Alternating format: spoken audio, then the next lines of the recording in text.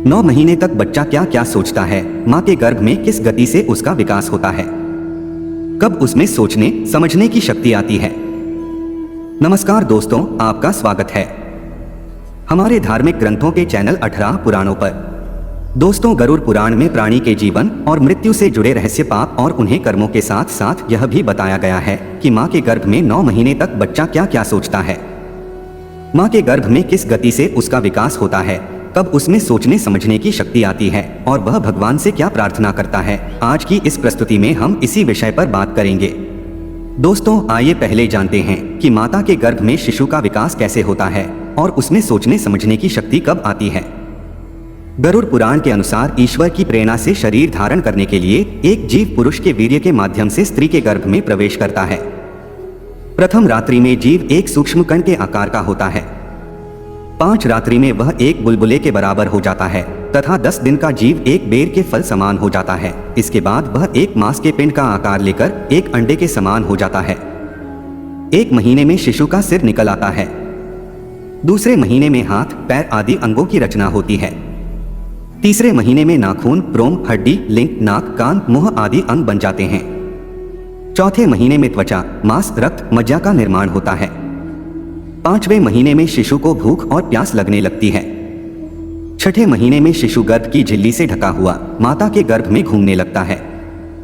आगे बताया गया है कि भोजन के रूप में जो भी मां ग्रहण करती है, उस भोजन का रस नाभि के जरिए शिशु के शरीर में पहुंचता है। माता जो भी कड़वा, तीखा, रूखा, कसैला आदि भोजन करती है तथा उसके स्पर्श होने से शिशु के कोमल शरीर को बहुत कष्ट होता है। इसके बाद शिशु का मस्तक नीचे की ओर तथा पैर ऊपर की ओर हो जाता है। वह धीरे धीरे आकार में बढ़ा होने के कारण इधर उधर हिल नहीं पाता है, जैसे जीव की स्थिति पिंजरे में बंद एक पक्षी के समान हो जाती है। ऐसी स्थिति में शिशु भयभीत होकर हाथ जोड़कर ईश्वर की स्तुति करने लगता है। यह सभी बातें तो आप पहले से ही जानते होंगे, लेकिन गरुड़ पुराण में आगे बताया गया है कि शिशु जब गर्भ में होता है तब वह हर सुख दुख को भली भांति समझता है। इतना ही नहीं, शिशु को मां के गर्भ में अपने पूर्व जन्म भी याद आ जाते हैं। उसे याद होता है कि वह पिछले जन्म में क्या था, उसे याद होता है कि पिछले जन्म में उसके साथ क्या क्या हुआ था, उसने क्या कर्म किए थे और उसकी मृत्यु कैसे हुई थी। भविष्य पुराण में लिखा है कि शिशु यह विचार करता है कि मैंने अनेकों योनियों में जन्म लिया और बार बार मुझे मृत्यु प्राप्त हुई। फिर शिशु यह सोचता है कि पुनः गर्भ से बाहर आने के बाद उसे संसार के बंधनों में बंधना होगा और फिर मृत्यु को प्राप्त होना होगा।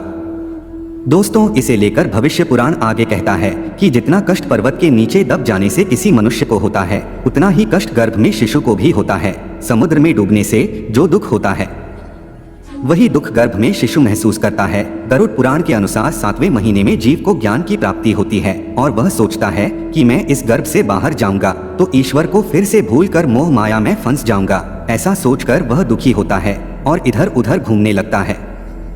शिशु यह भी सोचता है कि अपने परिवारजनों को सुख देने के उद्देश्य से जो पाप कर्म मैंने अपने पिछले सैकड़ों जन्मों में किए हैं, उसका फल भोगने के लिए आज मैं अकेला हूँ। जिन लोगों के लिए मैंने वह पाप कर्म किए थे, आज वह मेरे साथ नहीं है।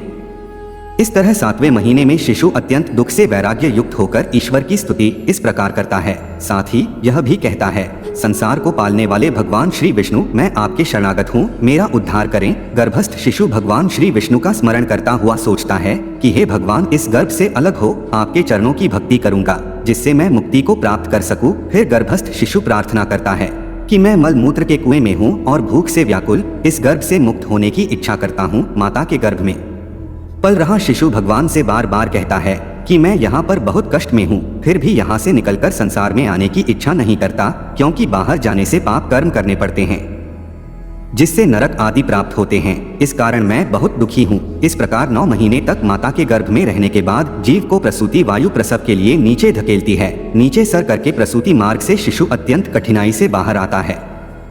उस समय वह सांस नहीं ले पाता। जीव जब गर्भ से बाहर आता है, उसी समय वैष्णवी माया के प्रभाव से उसकी सारी स्मृतियां नष्ट हो जाती है। भविष्य पुराण के अनुसार जीव को सभी दुखों से कई गुना दुख तब होता है जब शिशु जन्म ले, क्योंकि जन्म लेते ही शिशु को बाहर की हवा जब छूती है तो अपने पूर्वजन्म को भूल जाता है।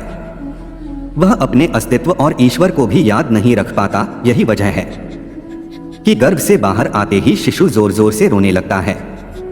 वह समझ ही नहीं पाता कि वह कहाँ था और अब कहाँ है। भविष्य पुराण यह भी बताता है कि गर्भ के अंदर और गर्भ से बाहर आते समय शिशु को जो पीड़ा होती है उसके सामने सांसारिक पीड़ा कुछ भी नहीं है।